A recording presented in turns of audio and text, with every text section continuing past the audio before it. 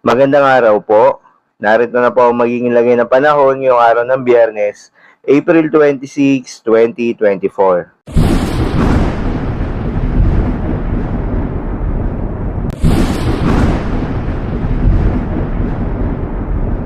Sa kasalukuyan na tayo sa pag-asa, patuloy pa rin ang pag-ihip ng mainit na hangin galing sa karagatang Pasipiko o easterlies at nakakaapekto sa buong bansa.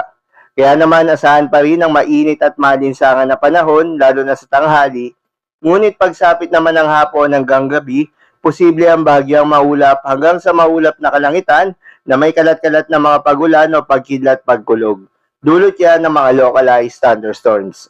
Magandang balita naman dahil ayon sa pag-asa ay wala namang kumpol ng kaulapan o cloud clusters na posibleng maging bagyo o low pressure area na maaaring makaapekto sa ating bansa hanggang sa mga susunod na araw. Para naman sa lagay ng panahon ngayong araw ng Biyernes dito sa Luzon, dahil pa rin sa epekto nitong easterlies, asahan pa rin sa Metro Manila at nalalabing bahagi ng Luzon ang mainit at malinsangan na panahon lalo na sa tanghali. Ngunit pagsapit nga ng hapon at gabi, posible ang mga kalat-kalat na pangapag-ulan o pagkidlat pagkulog. Para naman sa Visayas at Mindanao, wala namang inaasahan na weather system na magdudulot ng mga kalat-kalat na pagulan, kaya sa umaga hanggang sa tanghali, asahan sa buong Kabisayan at Mindanao ang maaliwalas na panahon, pero pagsapit ng hapon at gabi, maging handa dahil mataas yung tsansa ng mga panandaliang buhos ng mga pagulan dala nga nitong easterlies.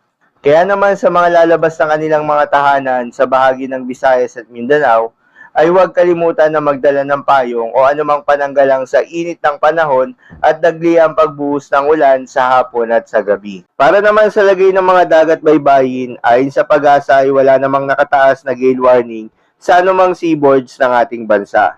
Kaya naman malayang makakapamalaot yung mga kababayan nating mangingisda, pati na rin yung may mga maliliit na sasakyang pandagat.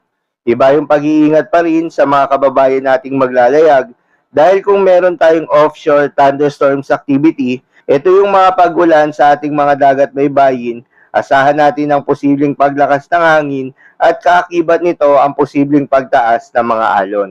So yun lamang po para sa lagay ng panahon ngayong araw ng Biyernes. Keep safe everyone.